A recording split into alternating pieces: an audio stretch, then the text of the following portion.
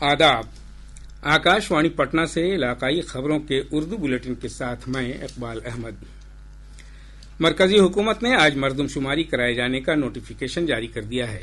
वजारत दाखिला से जारी नोटिफिकेशन में कहा गया है कि मरदमशुमारी 1 मार्च 2027 से कराई जाएगी। मरकज के जेर इंतजाम रियासत लद्दाख और जम्मू कश्मीर के बर्फीले इलाकों और हिमाचल प्रदेश व उत्तराखंड पर यह तारीख नाफिज नहीं होगी। लद्दाख, जम्मू कश्मीर, हिमाचल प्रदेश और उत्तराखंड में मरदमशुमारी 1 अक्टूबर 2026 से ही कराई जाएगी। ये भारत की 16वीं कौमी मरदमशुमारी होगी और मुल्क के आजाद होने के बाद 8वीं मरदमशुमारी होगी।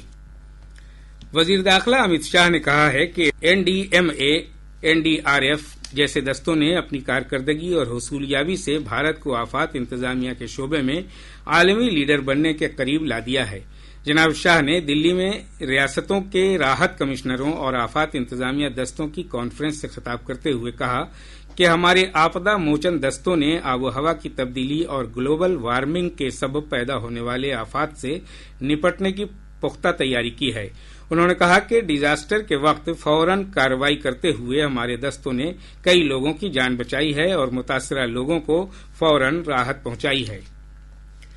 पोत, ट्रांसपोर्ट और आबी रास्तों के वजीर सर्वानंद सोनोवाल ने कहा है कि बिहार को दाखिली आबी वसाइल मरकज के तौर पर फरोग दिया जाएगा।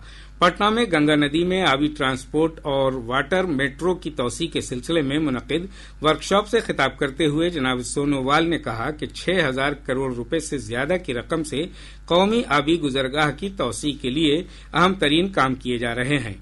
उन्होंने कहा कि रियासत में गंगा नदी से वाबस्ता मुख्तलिफ प्रोजेक्टों को जल्द ही पूरा करके वाराणसी से हल्दिया तक आबी ट्रांसपोर्ट रास्ते को फरोग दिया जाएगा। इससे ताजिरों को फायदा होगा और रोजगार के मौके भी बढ़ेंगे। वजीर आला नीतीश कुमार ने आज मीठापुर महूली एलिवेटेड रोड का इफ्तिताह किया। इस सड़क की तामीर पर 1105 करोड़ रुपए की लागत आई है। इस सड़क के चालू हो जाने से जनूबी बिहार के मुख्तलिफ हिस्सों में जाना आना आसान हो गया है। इसके साथ ही सीपारा से लेकर पुनपुन तक बसी आबादी को जाम के मसले से निजात मिल गई है। इस मौके पर नायब वजीर आला सम्राट चौधरी और विजय कुमार सिन्हा के अलावा सड़क तामीरात के वजीर नितिन नवीन, मकामी रुकन पार्लियामेंट मीसा भारती और रविशंकर प्रसाद भी मौजूद थे। रियासत के मुख्तलिफ हिस्सों में मानसूनी सरगर्मियां तेज हो गई हैं।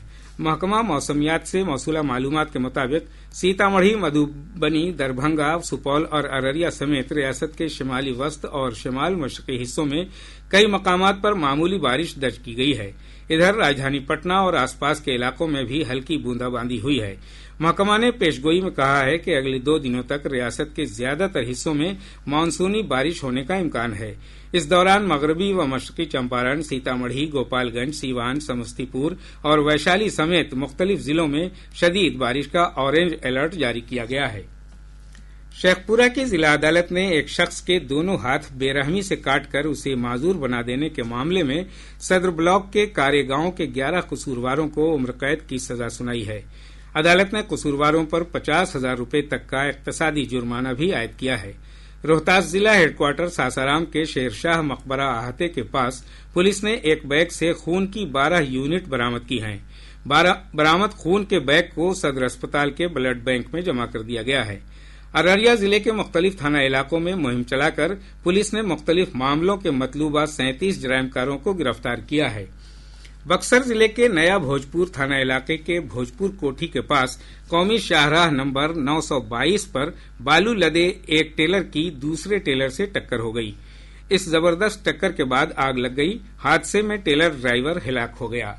इसके साथ ही आकाशवाणी पटना से इलाकाई खबरों का ये उर्दू बुलेटिन खत्म हुआ।